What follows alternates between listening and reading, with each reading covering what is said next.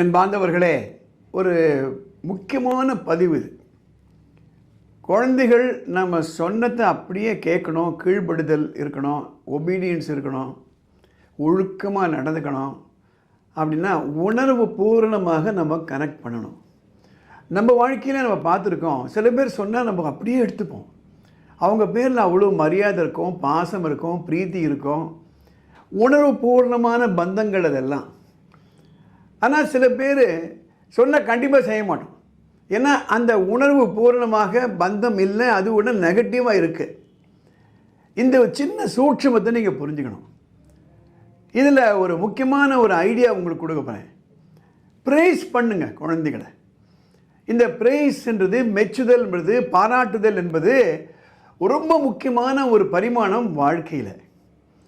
உங்களை யாராவது ப்ரைஸ் பண்ணால் உங்களுக்கு சந்தோஷப்படுவீங்களா மாட்டிங்களா?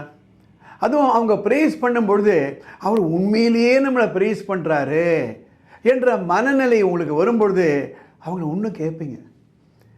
அதே மாதிரி யாரோ ஒருத்தர் சார் உங்களை பற்றி அவர் சொல்லிட்டு இருந்தார் சார், நல்லபடியாக சொல்லிட்டு இருந்தார் சார் அப்படின்னா என்ன சொல்லுவோம்? இன்னும் கொஞ்சம் சொல்லுங்கள், இன்னும் கொஞ்சம் சொல்லுங்கள், கேட்போமா இல்லையா? அது உங்கள் எதிரியே ஒன்றுத்தர் இருக்கார், அவர் உங்களை நீங்கள் இருக்கிறத கவனிக்கலை, ஒன்றுத்தர் பேசிகிட்டு இருக்காரு, உங்களை பற்றி அவர் பேசிகிட்டு இருக்காரு, நீங்கள் டக்குன்னு காது கொடுத்து கேட்குறீங்க, இன்னும் நம்ம பேர் கேட்குதே அப்படின்ட்டு. உங்களை பற்றி நல்ல விஷயம் ஒன்று சொல்லிகிட்ருக்காரு, அவருக்கு தெரியாது நீங்கள் அங்கே இருக்கீங்கன்னுட்டு, ஆனால் நல்ல விஷயம் சொல்லிகிட்ருக்காரு. அப்போ எவ்வளோ சந்தோஷப்படுவீங்க.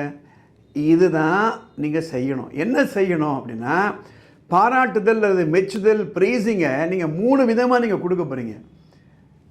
ஒரு வாரத்துக்கு ஒரு 3 நாள் 4 நாள் உங்கள் குழந்தைகள்கிட்ட என்னென்ன நல்ல குணம் இருக்கோ அதில் ஒன்று எடுத்துக்கோங்க. ஒரு உதாரணமாக உங்கள் குழந்தை ஹேண்ட் ரைட்டிங் நல்லா இருக்குன்னு வச்சுக்கோங்களேன்.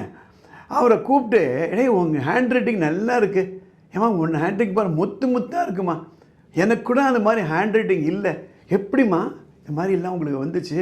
அநேகமாக நான் பார்க்குறேன், தினம் காலையில் எழுந்து ஒரு ஹேண்ட் ரைட்டிங் 10 நிமிஷம் எழுதுறிய, அதுதான் நினைக்கிறேன். I am really proud of you. இது ஃபஸ்ட்டு ஸ்டேஜ், நேரடியாக மெச்சுதல். 2வது, யாருன்னா உறவினர்களோ நண்பர்களோ வரும்பொழுது உங்கள் குழந்தை அங்கே இருப்பா, அவளை பார்த்து சொல்லாமல் உங்கள் உறவினர்கள் உங்கள் நண்பர்கள்ட்ட, என்னுடைய டாட்டருடைய ஹேண்ட் ரைட்டிங் பார்த்துருக்கீங்களா, எங்கேயாவது என் பையனோட ஹேண்ட் ரைட்டிங் பார்த்துருக்கீங்களா, அவ்வளோ நல்லா இருக்கும், நானே ஆச்சரியப்பட்டேன், போன வாரம் கூட அவளை கூப்பிட்டு நான் பேசினேன், நான் எப்படி இந்த ஹேண்ட் ரைட்டிங் வந்துச்சுன்னுட்டு. அவங்க அநேகமாக தினம் ஹேண்ட் ரைட்டிங் எழுத நான் பார்த்துருக்கேன் அப்படின்னு அவங்கள்ட்ட சொல்லும்பொழுது உங்கள் குழந்தை இதை கேட்டுக்கிட்டு இருப்பா. You are reinforcing. ஆனால் இதை செய்யும் பொழுது ஒரு செயற்கையாக இருக்கக்கூடாது, அது இயற்கையாகவே இருக்கணும்.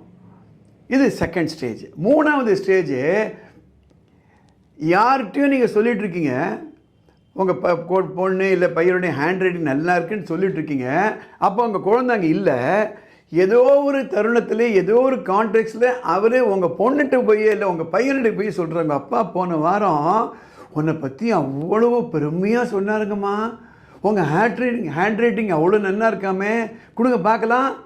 அப்படியா அங்கிள், அப்படியா சொன்னார்? ஆமாண்டா அங்கிள்ண்ணா, அப்படி பெருமையாக சொல்லிட்டு இருந்தாங்க, ஆஃபீஸில் எல்லாருடையும் சொல்லிட்டு இருந்தார் அப்படின்னு ப்ரைஸ் பண்ணுங்கள்.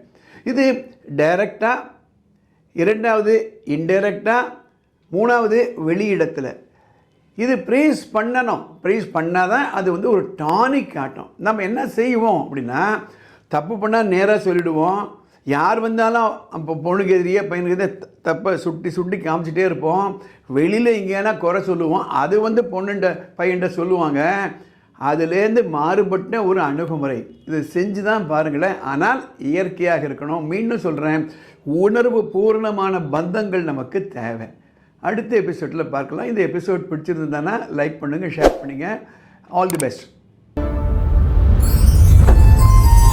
For admission, contact Vishwaksena Vidya Vikas Matriculation Higher Secondary School, Vishwaksena Global Senior Secondary School, Vishwaksena Arts and Science College for Women, Vishwaksena College of Education, B.Ed, Polivakam, Tiruvallur, Vishwaksena Tiny Tots, Punga Nagar, Tiruvallur.